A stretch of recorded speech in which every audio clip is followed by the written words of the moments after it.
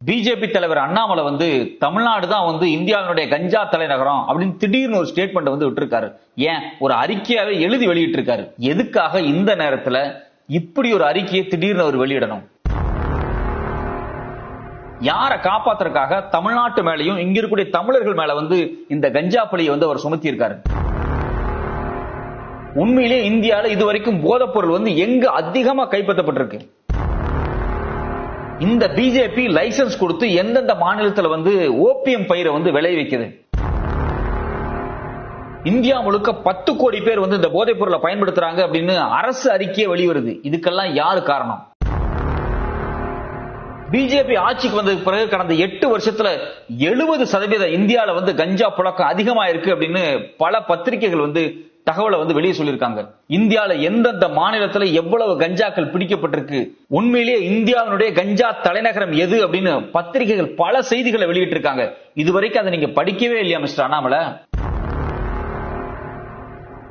இவ்வளவு பதட்டமா அண்ணாமலை ஸ்டேட்மெண்ட் வர்றதுக்கு ஒரு முக்கியமான காரணம் என்னன்னா, கடந்த சில நாட்களுக்கு முன்னாடி தமிழ்நாடுடைய உயர்கல்வி அமைச்சர் திரு பொன்முடி அவர்கள் வந்து பத்திரிகையாளர் சந்திப்புல ஒரு சில கருத்துக்களை வந்து சொன்னார். தமிழ்நாட்டுக்குள்ள கஞ்சா வர்றதுக்கு காரணமே வடநாட்டு மாநிலங்கள், அது குறிப்பா குஜராத்ல இருந்தா வருது அப்படிங்கறத அவர் சொன்னாரு. குஜராத்ல இருக்கக்கூடிய தனியார் போர்ட் இருக்கு இல்லையா, தனியார் துறைமுகங்கள், அங்கதான் கஞ்சா புழக்கம் அதிகமா இருக்கு அப்படின்னு வந்து அவர் சொல்லியிருந்தாரு. நீங்க ஆகஸ்ட் மாசம் இதே கருத்தை காங்கிரஸ் தலைவர் ராகுல் காந்தி வந்து சொல்றாரு, அவரோட ட்விட்டர்ல வந்து போடுறாரு. அது மட்டும் இல்லாம ஆத்மி கட்சியினுடைய தலைவர் கெஜ்ரிவால் இதே கருத்தை சொல்றாரு. இன்னும் ரொம்ப தெளிவா பார்க்கணும்னா, கடந்த ஆகஸ்ட் 15-16 இந்தியாவில போதைப் பொருள் வந்து எங்க அதிகமா கைப்பற்றி இருக்கு அப்படின்னு பாத்தீங்கன்னா, குஜராத்தும் மகாராஷ்டிரா, இந்த 2 பார்டர் இருக்கு பாத்தீங்களா, இந்த பார்டர்ல தான். அதுலயும் குறிப்பா குஜராத்ல நிறைய வந்து கைப்பற்றப்பட்டிருக்கு. ஆகஸ்ட் 15 வந்த பத்திரிகை செய்தியின் அடிப்படையில் பாத்தீங்க அப்படின்னா, முதல்ல வந்து ஒரு 250 கிராம் மெத்ரோன் கிடைக்குது அப்படிங்கிறாங்க. மெத்ரோன்ங்கிறது ஒரு வகையான போதைப் பொருள். நீங்க போதைப் பொருள்ல நிறைய வகை இருக்கு. அதுல பாத்தீங்கன்னா நம்ம கஞ்சா அப்படின்னு சொல்லுவாங்க, அதாவது கேனபிஸ் அப்படிம்பாங்க, ஓபியம் இருக்கு, ஹெராயின் இருக்கு, இன்னும் இல்லாம சிந்தட்டிக் வகையான நிறைய விஷயம் இருக்கு. இதுல ஒரு 250 கிராம் கிடைக்குது. அதை சேஸ் பண்றாங்க. அதை சேஸ் பண்ணி அது எந்த ரூட்ல இருந்து வருதுன்னு கண்டுபிடிக்கும் போது ஏறத்தாழ 1400 கோடிக்கு போதைப் பொருள் வந்து கைப்பற்றப்படுது. அதை தொடர்ந்து பாத்தீங்க அப்படின்னா இன்னொரு 1218 கிலோ, அதனுடைய சந்தை மதிப்பு பாத்தீங்கன்னா 2435 கோடிக்கான போதைப் பொருள் வந்து கைப்பற்றப்படுது. இது ரொம்ப மோசமான போதைப் பொருள், சிந்தட்டிக் ட்ரக் அப்படின்னு சொல்றாங்க. இதெல்லாம் எங்க போகுது அப்படின்னு மும்பை போலீஸ் வந்து ஒரு சில தகவல்கள் வெளியிடும் போது, இது வந்து குஜராத்ல வந்து அங்க்லேஸ்வர் அப்படிங்கிற பகுதிக்கு வந்து போகுது. அங்க வந்து ஒரு போதைப் பொருள் தொழிற்சாலையே இருக்கு. அது பேர் வந்து மெட்ரோன் மேனுஃபேக்சரிங் யூனிட் அப்படிங்கிறாங்க. அந்த யூனிட்டை மும்பை போலீஸ் குஜராத்ல போய் அதை தீ வச்சு அழிச்சாங்க. அப்படி தீ வச்சு அழிக்கும் போது 1026 கோடி மதிப்பிலான போதைப் பொருளை வந்து அவங்க கைப்பற்றினாங்க. இது மட்டும் இல்லாம போன வருஷம் செப்டம்பர் மாசம் 3000 கிலோ ஹெராயின், 3000 கிலோங்கிறது சாதாரண கிடையாது. இதனுடைய சந்தை மதிப்பு எவ்வளவுன்னு பாத்தீங்கன்னா 20,000 கோடி. இது எங்க கைப்பற்றப்பட்டுச்சுன்னா பிரதமருடைய மாநிலமான குஜராத்ல தான் கைப்பற்றப்பட்டிருக்கு. இதுல என்ன இன்னொரு கருத்து சொல்றாங்க அப்படின்னா, இதுவரைக்கும் இந்தியாவில் கைப்பற்றின போதைப் பொருளையே அதிகமான மதிப்பு கொண்ட போதைப் பொருள் 2021 குஜராத்ல கைப்பற்றப்பட்டது அப்படின்னு ஒரு கருத்து சொல்றாங்க. ரெண்டாவது, அதுல இருந்து 5 மாசம் கழிச்சு பிப்ரவரி மாசம் 2022 ஒரு 750 கிலோ அதே குஜராத்ல அதே துறைமுகத்துல பிடிச்சிருக்காங்க. அதனுடைய சந்தை மதிப்பு 2000 கோடி. இது மட்டும் இல்லாம இன்னொரு 5 மாசம் கழிச்சு ஜூலை மாசம் 12 பஞ்சாப் போலீஸும் குஜராத் ஆன்டி டெரரிஸ்ட் ஸ்குவாடும் வந்து ஒரு ஜாயிண்ட் ஆபரேஷன் நடத்துறாங்க. அதுல ஒரு 375 கோடி ரூபாய்க்கு மதிப்பிலான போதைப் பொருளை வந்து ஒரு லாரி கண்டெய்னர்ல பிடிக்கிறாங்க. அது வந்து ஏற்கனவே பிடிக்கப்பட்ட துறைமுகம் இருக்கு பாத்தீங்களா, அந்த துறைமுகத்துக்கு வெளியே வச்சு லாரி கண்டெய்னர்ல பிடிக்கிறாங்க. இது எல்லாமே குஜராத்ல அதானிக்கு சொந்தமான அந்த முத்ரா துறைமுகம் இருக்கு இல்லையா, அந்த துறைமுகத்தை மையமா வச்சு நடந்த போதைப் பொருள் வர்த்தகம். இது மட்டும் இல்லாம போன வருஷம் ஏப்ரல் 21 பாத்தீங்க அப்படின்னா ஒரு 1300 கோடிக்கு மதிப்பிலான போதைப் பொருள் வந்து குஜராத்ல வந்து கைப்பற்றப்பட்டிருக்கு. குஜராத்ல போதைப் பொருள் கைப்பற்றுறது அப்படிங்கிறது வந்து ரெகுலரா நடந்துட்டே இருக்கு.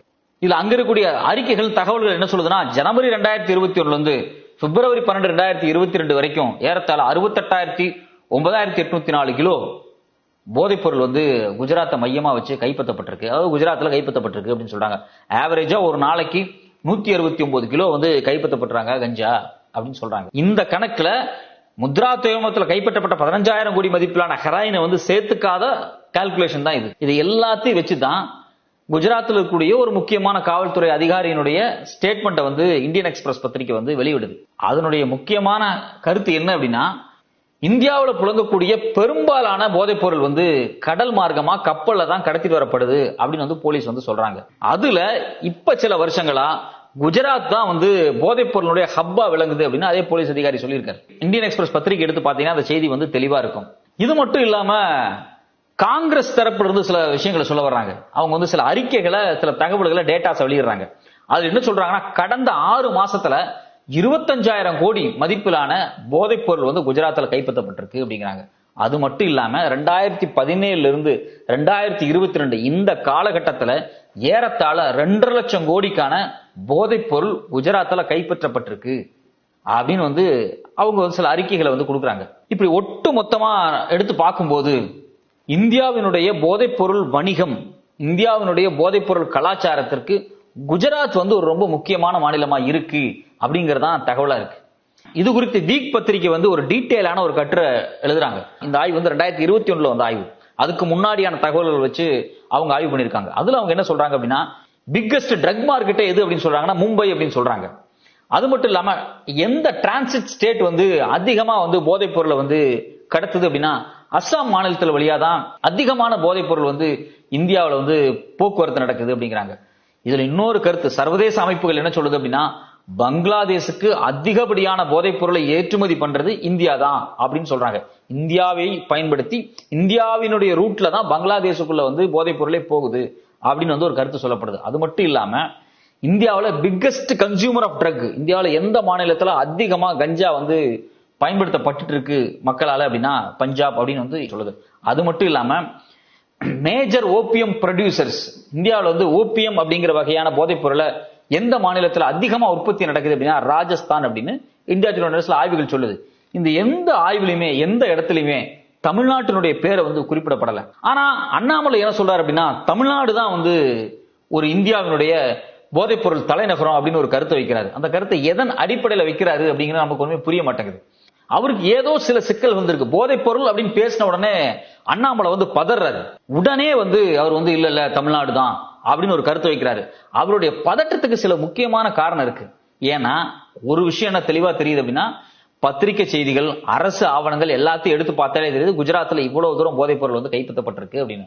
அது மட்டும் இல்லாம அந்த போதைப் பொருள் அப்படிங்கிற விஷயமே குறிப்பா பாத்தீங்க அப்படின்னா வட இந்தியாவில தான் இதனுடைய புழக்கம் வந்து ரொம்ப ரொம்ப அதிகம். பண்பாட்டு ரீதியாகவே வட இந்தியாவில ஓபியம் அப்படின்னு சொல்லக்கூடிய அபின் வந்து அதிகமா வந்து பயன்படுத்தப்பட்டிருக்கு. நீங்க வந்து இந்தியாவில் பாத்தீங்க அப்படின்னா ராஜஸ்தான், மத்திய பிரதேஷ், உத்தரப்பிரதேஷ், உத்தரகாண்ட் இந்த 4 மாநிலத்துல 26 மாவட்டத்துல அரசினுடைய அங்கீகாரம் பெற்று ஓபியம் பயிர்களை வந்து விளைய வைக்கிறாங்க. நமக்கு ரொம்ப அதிர்ச்சியா இருக்கு இந்த செய்தியை படிக்கும் போது. இது எல்லா பத்திரிகையில வந்திருக்கு. இந்த 26 டிஸ்ட்ரிக்ட்ல ஓபியம் அவங்க ஏன் விளைய வைக்கிறாங்க, அரசு ஏன் அதுக்கு அங்கீகாரம் கொடுத்திருக்கு அப்படின்னா, அரசு என்ன சொல்லுது அப்படின்னா மருந்து பயன்பாட்டுக்கு வந்து இந்த ஓபியம் தேவைப்படுது அப்படிங்கிறாங்க. அது உண்மையும் கூட. இங்க இருக்கக்கூடிய நிறைய மருந்து வந்து தயாரிக்கிறதுக்கு இந்த ஓபியம் வந்து ரொம்ப ரொம்ப முக்கியமானது. வழக்கமா வந்து நிறைய நாடுகள் வந்து இந்த ஓபியத்தை வந்து இறக்குமதி பண்ணுவாங்க. ஆனா இந்தியா மாதிரியான சில நாடுகள், ஏறத்தாழ ஒரு 15 நாடு என்னமோ சொல்றாங்க, இந்த 15 நாடுகள் தான் வந்து ஓபியத்தை வந்து விளைவிக்குது. அப்படி இந்தியாவில் அதிகமா ஓபியம் விளைவிக்கக்கூடிய மாநிலம் வந்து ராஜஸ்தான். இப்படி வட இந்தியாவில் ஓபியம் கல்டிவேட் பண்றது வந்து ரொம்ப பரவலா நடக்குது. இதுல ரொம்ப முக்கியமான விஷயம், மோடி ஆட்சிக்கு வந்து இவ்வளவு காலத்துல, அதாவது போன ஜூலை மாசம் தனியார் கம்பெனிகள் வந்து இந்த ஓபியத்தை தயாரிக்கலாம், அவங்க இந்த ஓபியத்தை பயிர் பண்ணலாம் அப்படிங்கிற லைசன்ஸை வந்து முதலா கொடுக்குது. இந்திய வரலாறுலேயே சுதந்திரத்திற்கு பிறகு தனியார் கம்பெனிகள் இந்த ஓபியத்தை தயாரிக்கிறதுக்கு, விளைவிக்கிறதுக்கு பர்மிஷன் வந்து மோடி அரசாங்கம் தான் கொடுக்குது. அதுலயும் குறிப்பா பாத்தீங்கன்னா பஜாஜ் ஹெல்த் கேர் அப்படிங்கிற ஒரு நிறுவனம் தான் வந்து இதனுடைய லைசன்ஸை வந்து முதல்ல வந்து பெற்றிருக்கு. இது குறித்து வீக் பத்திரிகை வந்து ஒரு டீட்டெயிலான ஒரு கட்டுரை எழுதுறாங்க. அவங்க வந்து நேரா ராஜஸ்தான் போய் சில ஆய்வுகளை பண்ணி அங்க ஓபியம் பயிர்களை வந்து விளைவிக்கக்கூடிய சில ஆட்களை வந்து இன்டர்வியூ பண்றாங்க. அதுல ஒருத்தர் சொல்றாரு, இப்படி வந்து ஓபியத்தை விளைவிக்கிறது அப்படிங்கிறது எங்களுடைய பாரம்பரிய பண்பாடான ஒரு விஷயம், அரசு சொன்னால அதை நாங்க கைவிட மாட்டோம் அப்படின்னு வந்து அவங்க சொல்றாங்க. அது மட்டும் இல்லாம அவர் என்ன சொல்றாருன்னா, எங்க தாத்தா விளைவிச்சிட்டு இருந்தாரு, இப்ப நான் விளைவிக்கிறேன், அடுத்து என் பையன் விளைவிப்பான், இதுக்கான விஷயங்கள் எல்லாத்தையும் என் பையனுக்கு நான் கத்துக் கொடுத்துருக்கேன், இப்படி ஓபியம் விளைவிக்கிறது அப்படிங்கிறது எங்களுடைய பண்பாட்டோட நெருங்கியது அப்படின்னு வந்து அவர் வந்து வீக் பத்திரிகைக்கு வந்து ஒரு பேட்டி கொடுக்குறாரு. இந்த கஞ்சா, அந்த ஓபியம் பயன்பாடு அப்படிங்கிறது வட இந்தியாவில் வந்து ரொம்ப ரொம்ப அதிகமா காலங்காலமாவே இருந்திருக்கு. நீங்க ரிக்வேத காலத்திலேயே சோமபானம் அப்படிங்கிற விஷயத்த வந்து அதிகமா சொல்லியிருக்காங்க. அது ரிக்வேதத்திலேயே இருக்கு.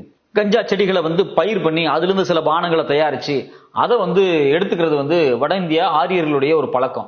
அதனுடைய நீட்சியா தான் நம்ம இதை பார்க்கணும். இதுல ரொம்ப வேடிக்கையான விஷயம்னா 2007 பிஜேபி தலைவராக இருந்த ஜஸ்வந்த் சிங் வந்து அவருடைய பூர்வீக ஊருக்கு போறாரு. அந்த ஊர் பேர் பாத்தீங்கன்னா பர்மல் டிஸ்ட்ரிக்ட்ல இருக்கக்கூடிய ஜசோல் அப்படிங்கிற பகுதி. அங்க போன உடனே அவருக்கு வந்து அபின் கலந்த ஒரு குளிர்பானத்தை குடிக்க கொடுத்துட்டாங்க. இது ஒரு பெரிய கான்ட்ரவர்சியா அன்னைக்கெல்லாம் பத்திரிகையில எழுதினாங்க. சோ அப்ப அந்த ஓபியம் பயன்பாடு, போதைப் பொருள் பயன்பாடு அப்படிங்கிறது வந்து வட இந்தியால, குறிப்பா வடமேற்கு இந்தியால தான் இது ஒரு கலாச்சாரமா இருந்தது. அதனுடைய நீட்சியா தான் பாத்தீங்கன்னா அரசு வந்து இந்த போதைப் பொருளை வந்து பயிரிடுறதுக்கு வட இந்தியாவில் இருக்கக்கூடிய மாநிலங்களுக்கு தான் அதிகமான உரிமைகள் வந்து கொடுக்கப்பட்டிருக்கு. இப்ப அதனோட தொடர்ச்சியா தான் ஒரு ஆண்டுக்கு வந்து 500 டன் ஓபியத்தை தயாரிக்கணும் அப்படிங்கிற டெண்டரை வந்து பஜாஜ் ஹெல்த் கேருக்கு வந்து இவங்க கொடுத்திருக்காங்க. சரி, இது எல்லாமே மருந்துக்காக தானே இவங்க பயன்படுத்த போறாங்க, இதுல என்ன பிரச்சனை இருக்கு? அரசு வந்து அங்கீகாரம் கொடுத்திருக்கு, மக்கள் வந்து ஓபியத்தை விளைவிக்கிறாங்க. அது மட்டும் இல்லாம இப்ப தனியார் கம்பெனிகளும் ஓபியம் விளைவிக்க போகுது, இதுல என்ன பிரச்சனை இருக்க போகுது அப்படின்னு நம்ம நினைக்கலாம். ஆனா இது குறித்து எம்எல் லத்தர் அப்படிங்கிற ராஜஸ்தான் டிஜிபி வந்து ஒரு கருத்து தெரிவிச்சிருக்காரு. It is time to ban opium cultivation in the country. It is not a very profitable crop. It is only being grown to fetch huge profit from the grey market. அதாவது அவர் என்ன சொல்றாரு அப்படின்னா, இந்தியாவில் இது மாதிரியான ஓபியம் கல்டிவேஷனை வந்து முழுமையா நிறுத்தணும். இது ஒரு மிகப்பெரிய ப்ராஃபிட்டான பிசினஸ் எல்லாம் கிடையாது. இது எங்க ப்ராஃபிட்டான பிசினஸ் அப்படின்னா கிரே மார்க்கெட்ல, கள்ளச்சந்தையில தான் இதுக்கு அதிகமான லாபம் கிடைக்குது அப்படின்னு வந்து ஒரு கருத்தை வந்து வெளியே தெரிவிக்கிறார். அது மட்டும் இல்லாம இன்டர்நேஷனல் நார்காட்டிக் கண்ட்ரோல் போர்டு ஒரு அறிக்கை வெளியிடுது. அந்த அறிக்கையில் அவங்க என்ன சொல்றாங்க அப்படின்னா, pharma drugs being illegally diverted for narcotic purposes in the country அப்படின்னு சொல்றாங்க. அவங்களும் என்ன சொல்றாங்க அப்படின்னா, இந்த மருந்துக்காக தயாரிக்கப்படக்கூடிய இந்த ஓபியம் மாதிரியான சில போதைப் பொருட்கள் இருக்கு இல்லையா, கள்ள சந்தைகள்ல தான் அதிகமா பயன்படுத்தப்படுது அப்படிங்கிற கருத்தை வந்து இன்டர்நேஷனல் ஆர்கனைசேஷன்ஸே வந்து வலியுறுத்துறாங்க. இந்த கள்ள சந்தையில விற்கக்கூடிய இந்த போதைப் பொருட்கள் எல்லாமே வட இந்தியாவை மையமாக வச்சதுதான். இப்படி ஒட்டுமொத்தமா எடுத்து நம்ம பார்க்கும்போது இந்தியாவுக்குள்ள கடத்திட்டு வரக்கூடிய போதைப் பொருள் பெரும்பாலும் குஜராத்தை மையமா வச்சுதான் உள்ள வருது. ரெண்டாவது, இந்தியாவிலேயே தயாரிக்கப்பட்டு கள்ள சந்தையில விற்கப்படக்கூடிய போதைப் பொருள், குறிப்பா ஓபியம் எல்லாமே வந்து வட மாநிலத்துல தான் வந்து, அதுவும் ராஜஸ்தான்ல தான் வந்து அதிகமா விளைவிக்கப்பட்டு அங்கிருந்தா வந்து கடத்தப்படுது அப்படிங்கிற தகவல் வந்து நமக்கு தெரியுது. இது மட்டும் இல்லாம ஒரு மிகப்பெரிய அதிர்ச்சியான தகவலை வந்து சத்தியம் தொலைக்காட்சி வந்து வெளியிட்டு இருக்காங்க. அவங்க என்ன சொல்றாங்க அப்படின்னா, மத்திய அரசாங்கம் வந்து ஒரு சில தகவல்களை வந்து வெளியிட்டிருக்கு. அதாவது மினிஸ்ட்ரி ஆஃப் ஹோம் அஃபேர்ஸ், உள்துறை அமைச்சகம் வந்து ஒரு சில தகவல்கள் வந்து வெளியிட்டிருக்கு. அந்த தகவல் என்ன இருக்கு அப்படின்னா, 2018 2020 இந்த 2 வருஷத்துல சிக்கிம் அண்ட் மணிப்பூர் இந்த 2 மாநிலத்துல 68,200 கிலோகிராம் ஹெராயின் வந்து பிடிக்கப்பட்டிருக்கு அப்படிங்கிறாங்க. இது சாதாரண மதிப்பு கிடையாது. இதனுடைய சந்தை மதிப்பு 5 லட்சம் கோடி. 5 லட்சம் கோடி மதிப்பிலான ஹெராயின் வந்து 2 சின்ன மாநிலத்துல, ரொம்ப குறைவான சில லட்சம் மக்கள் வாழக்கூடிய மாநிலத்துல வந்து பிடிபட்டிருக்கு அப்படின்னு வந்து மத்திய அரசாங்கமே இந்த தகவலை தெரிவிச்சிருக்கு.